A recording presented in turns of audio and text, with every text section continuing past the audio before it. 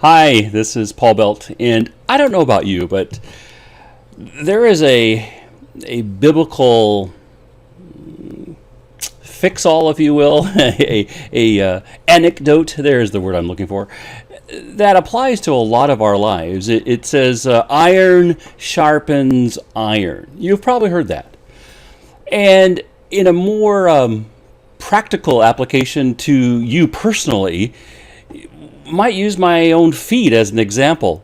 My wife has an amazing little device that she leaves in the shower every day. It's a pumice stone with a handle. And I don't know about your heels, but my heels, my foot heels, the heels on my feet, they crack, they get calluses, they look horrible. But a little time with that pumice stone, and voila, the the crustacean, the horrible outer layer that has built up from wearing flip-flops or sandals and so forth can be taken off, and revealed is that smooth, soft skin that really is the essence of what my feet at least should be. Well, I'm not going to show you an example of that. I'm just going to talk about it. An article that I frequently read, a blogger by the name of Matt Walsh, and I put him here on my screen, caught my attention this morning, and I decided to put audio to his verbiage. He is a thinker, and in this article, he's been like that pumice stone. You know, that's what iron sharpening iron. That's what a stone on a blade does. It takes off the burrs, the imperfections to make that knife sharpen, nice and clearly able to cut. Then, and in pumice stone on your feet make that supple, soft essence of what our feet are revealed again. May this article be like that. A stone taking off the burrs. Just a couple of minutes, not to offend your intelligence. I just wanted to put an audio voice to this amazing article that my friend, I call him my friend, I've never met him, Matt Walsh, has written. And it's all about the current idea of assisted suicide. And I know if you read the title, you might just stop. Nothing brave. There is nothing brave about suicide. Let me have Matt speak to you. This is my latest post. And it's a difficult subject where I say some difficult things about a difficult situation. It's going to be very easy to accuse me of being judgmental or mean or whatever, because I'm not like so many others lining up to congratulate a woman for deciding to kill herself.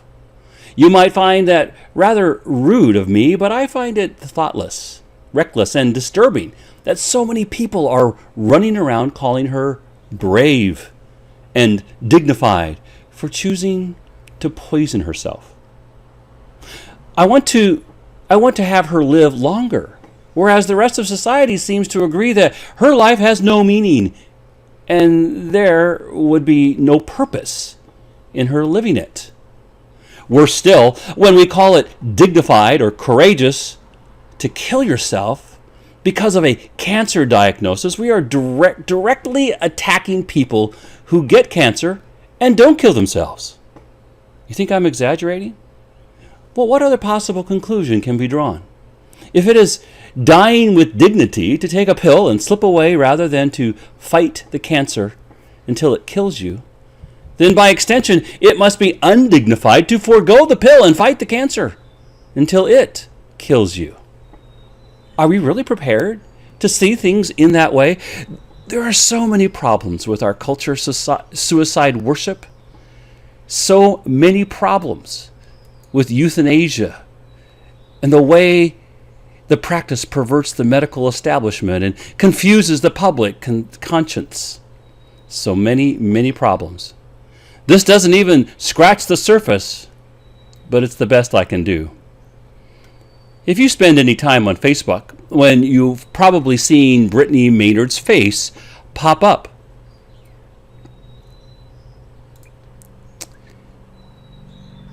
There in your newsfeed over the last few days. And your Facebook friends sharing links to her stories about her probably included supportive and adoring captions, like the one I just saw a few minutes ago. Wow, what an inspiring story. Brittany, you are so brave. You'll be excused if you've chosen not to click and read the rest further here. We're so overloaded with social media provided inspiration that it's getting hard to ingest any more of it. But before you continue on with your day, harboring the vague impression that someone out there named Brittany Maynard is apparently performing a heroic and awesome deed of some kind, I think you should know what it is exactly that has all your friends so inspired. On November 1st of this year, 29-year-old Brittany Maynard is going to kill herself with the help of a doctor and a poison pill. She is going to end her life. Suicide. Your friends are impressed with a woman's plan to commit suicide. Are you alarmed yet? Certainly, her tale is tragic and terrible. While I don't share the near universal enthusiasm for a decision to opt for euthanasia, I do feel an immense amount of sympathy for her. Here's the brief synopsis. At the beginning of this year, Brittany was diagnosed with a brain tumor. Initially, the doctors told her that she had 10 years to live. But 10 years soon became a few months as the disease spread more rapidly than anticipated. After months of research, she decided that she'd rather die with dignity than try and fight the disease, which would no doubt involve a great deal of suffering and pain. So she and her husband moved to Oregon, where doctor-assisted suicide is legal, and penciled the date of her death into their calendar. She picked November 1st because her husband's birthday is October 30th. She recorded a video for a pro-euthanasia group and described what her final moments will look like. This is what she said. I plan to be surrounded by my immediate family, which is my husband and my mother and my stepfather, and my best friend, who is also a physician. I will die upstairs in my bedroom that I share with my husband, with my mother and my husband at my side, and pass peacefully with some music that I like in the background. Now, I've never had terminal cancer.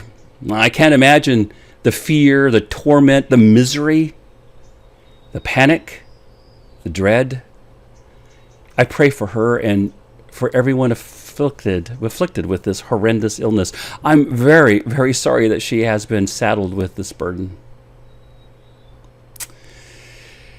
It's certainly a heavier cross than any that I've ever been asked to carry, though my time may come sooner or later.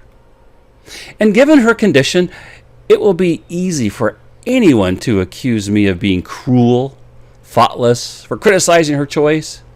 But keep in mind, none of us would know about her choice if she hadn't also chosen to publicize it. Brittany has written obituaries or opinion editorials and recorded PSAs and established foundations, all with the objective of turning euthanasia into something both legal and culturally accepted. She is a cancer patient, and she's also a very compelling spokeswoman for suicide. It is the latter point that makes it necessary for those of us who oppose the culture of death to speak up and say something. Our silence could be deadly, literally and figuratively. If there's going to be any dissenting voices at all, anyone chiming in to mention that perhaps we shouldn't treat suicide like a legitimate medical solution for cancer, now would be the time. Now would be the time to hear from them. So far, the reaction and the reporting on Brittany's case have been disturbingly one-sided. CBS played part of Brittany's euthanasia advertisement, and rather than treating it like something controversial, called her testimony powerful and agreed that she ought to be applauded. Other supposedly unbiased publications have taken to substituting the word euthanasia with the phrase dying with dignity, which is what you might call doctor-assisted suicide if you're advocating for the practice rather than reporting on it. Across national media and social media, I've been sickened to see that suicide is now most commonly described with words like dignity, bravery, courage, and strength. Popular refrains apparently only ever used to justify some form of murder and destruction have been trotted out once again. It's her body. It's her choice. It's her life.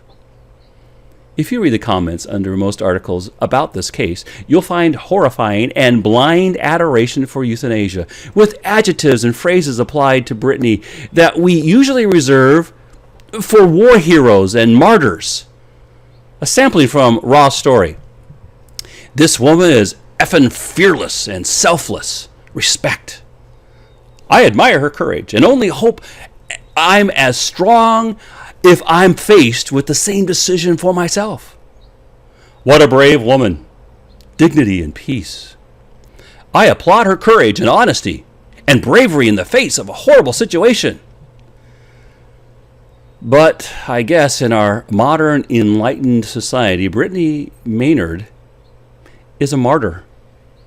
She is a martyr for the cause of self-destruction. I'm terrified to think that my children will grow up in a culture that openly venerates suicide with this much unyielding passion. There are so many problems with this attitude and so many disastrous implications to lauding a person as brave and courageous for killing themselves that I hardly know where to begin in addressing it all. Maybe it makes sense just to start with the most obvious. If you're saying that it is dignified and brave for a cancer patient to kill themselves, what are you saying about the cancer patients who don't? What about a woman who fights to the end, survives for as long as she can, and withers away slowly in agony until her last breath escapes her lungs? Is that person not brave? Is that person not dignified?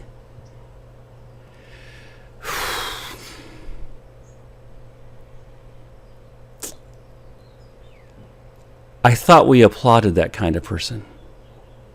I thought we admire her courage and tenacity. Sorry you can't advance two contradictory narratives at once. If fighting cancer is brave, then it is brave precisely because she is fighting it, rather than giving up and choosing death. In other words, if struggling against cancer until the bitter end is an act of courage, then it can't also be an act of courage to opt out and leave on your own terms.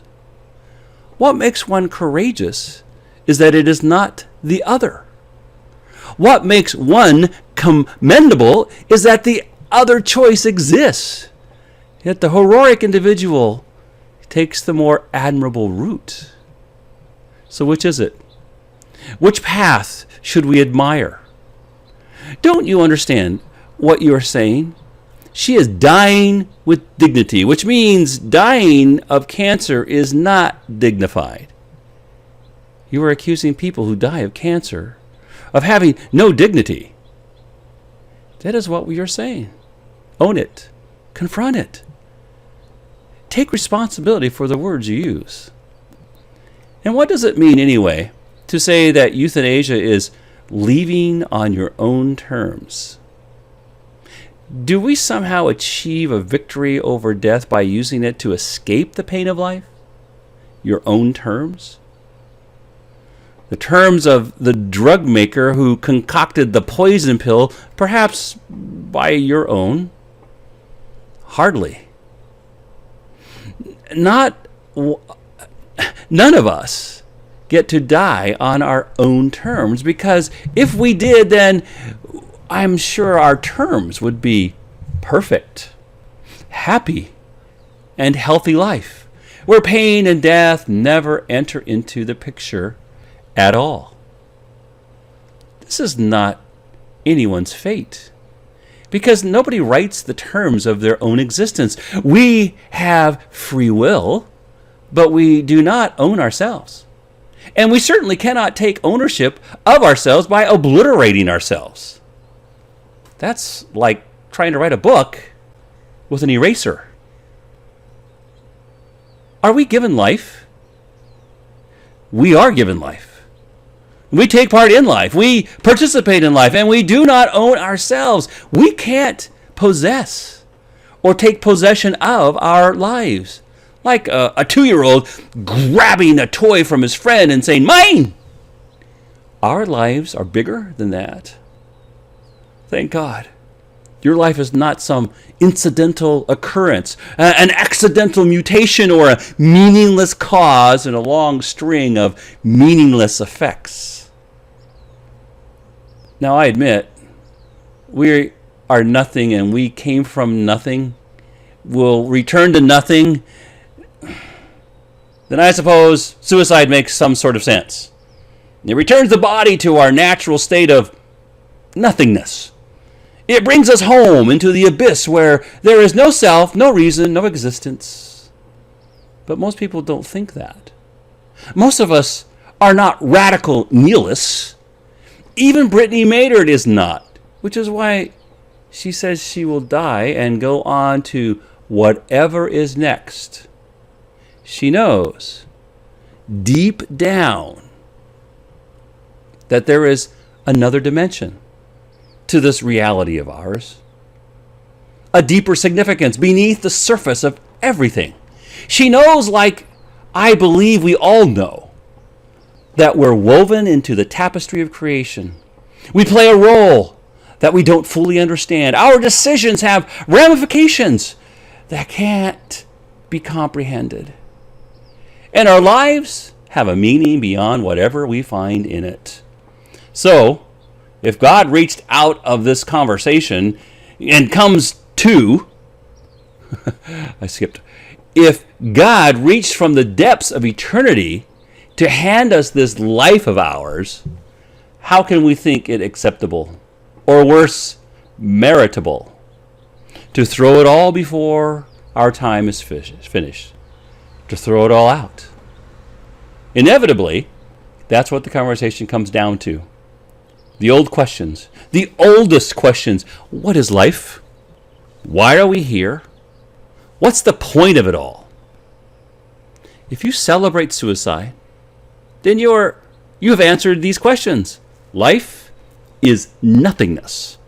We are here for no reasons, and there is no point. If you answer differently, then you must come to the conclusion that life has inherent value. That's the concept that so many people struggle with nowadays. They scratch their heads and wonder why some of us kooky Christians get so upset about things like abortion, euthanasia, embryonic stem cell research. For some reason, they won't listen when we try to tell them life has value. It is the thing of value. It is a thing of value. It is worth something. It is worth something beyond our feelings about it, beyond our circumstances, beyond our context, beyond our sickness, beyond development, beyond age. Life has value. This isn't just a Christian concept. It's the concept on which Western civilization rests. Every noble ideal, justice, fairness, equity, compassion, charity, all of it is grounded in the notion that life, human life, has intrinsic value. Not value according to its usefulness, or value according to its convenience, or value according to how enjoyable it is. Value, period. Life is valuable because it is life. If you deny this, you deny everything. There's no reason for justice, fairness, equity, compassion, or charity if human life has no value, or merely a value contingent upon whatever parameters we've arbitrarily assigned. There can be no justification.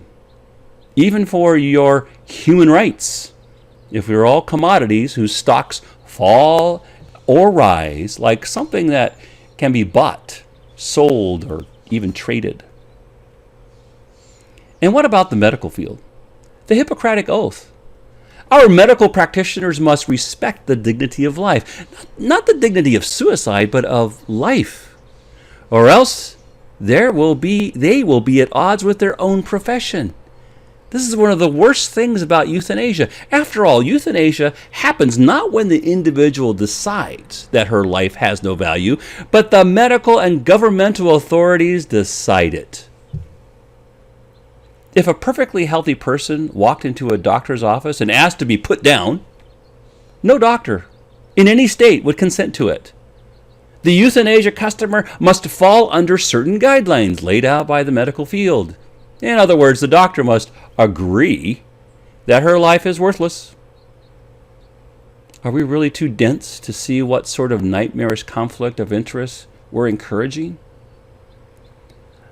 Imagine having stage 4 cancer and visiting a doctor who just a moment earlier prescribed a poison pill to another person in your exact same situation. Only a moment before, this doctor said to someone, "Yes, I agree that your life should end."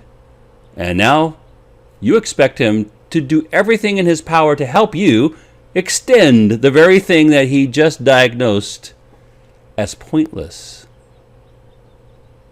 How can we all allow doctors to prescribe death? How can death ever be seen as a legitimate treatment option? If we legalize euthanasia across the country, we fundamentally change the very point and purpose of medicine. Medicine goes from something aimed at helping us live to something aimed at helping us die. Where do you think this leads? If euthanasia is legal, and if it is only legal under certain strict circumstances, then we are saving that life under those circumstances is objectively undesirable. If we say that life under those circumstances is objectively undesirable, then it is undesirable regardless of whether the patient desires it. The bridge from voluntary euthanasia to involuntary euthanasia is obvious. I suspect when the time comes that patients are put down whether they wish it to be or not, many in our society will hardly object. We are already cheering on Brittany Maynard's suicide because we apparently think it foolish or even cowardly to live when suffering is certain and death is on the horizon. Brittany is now promoting a euthanasia campaign with a group called Compassion and Choices. Compassion and Choices is an organization that advocates not just for doctor-assisted suicide for the terminally ill, but also for people who have no physical ailments at all. So what I'm talking about isn't a slippery slope, but an explicit objective of the pro-euthanasia side. This is wrong. It's all wrong. The public reaction to her choice is even worse. Delusional, disappointing, horrifying. Death is not a solution. Suicide is not dignified. Killing yourself to escape suffering is not brave. It is, in fact, the antithesis of bravery. It is the exact opposite of courage. If suicide is heroic, then everything we've previously called heroic isn't. With all of that said, I acknowledge that the other option, in Brittany's case, and in so many other cases, is likely short life of intense pain and inconceivable suffering. I understand the desire to avoid such a fate, but we should not act like the desire. We must not act upon that desire. Life is to be lived like a cup we drink until the last drop. I don't want to descend into cliches here, but I know I'm not the only person who has watched many a video and read many an account about cancer patients who endured and fought through the pain and found amidst it all something valuable. They discovered that every minute meant something. In fact, they meant more than any of the other minutes they'd lived in health and prosperity. We hear these testimonies and we nod our heads. But do we not really believe it? Do we think these people are liars? How can we applaud and then turn around and say that Brittany Maynard is the dignified and courageous one? Do we even hear ourselves anymore? It's all very sad. I'm sad for Brittany. I'm sad for our culture. And I'm sad for anyone who sees bravery in suicide. It is brave to fight, to live, to keep on going down our road until there is no more road left. That is brave. Fortunately, it is not too late for this woman. She is still with us, and the world is better for it because her life is meaningful and important. Maybe we should all be telling her that, rather than telling her it's a good idea for her to kill herself.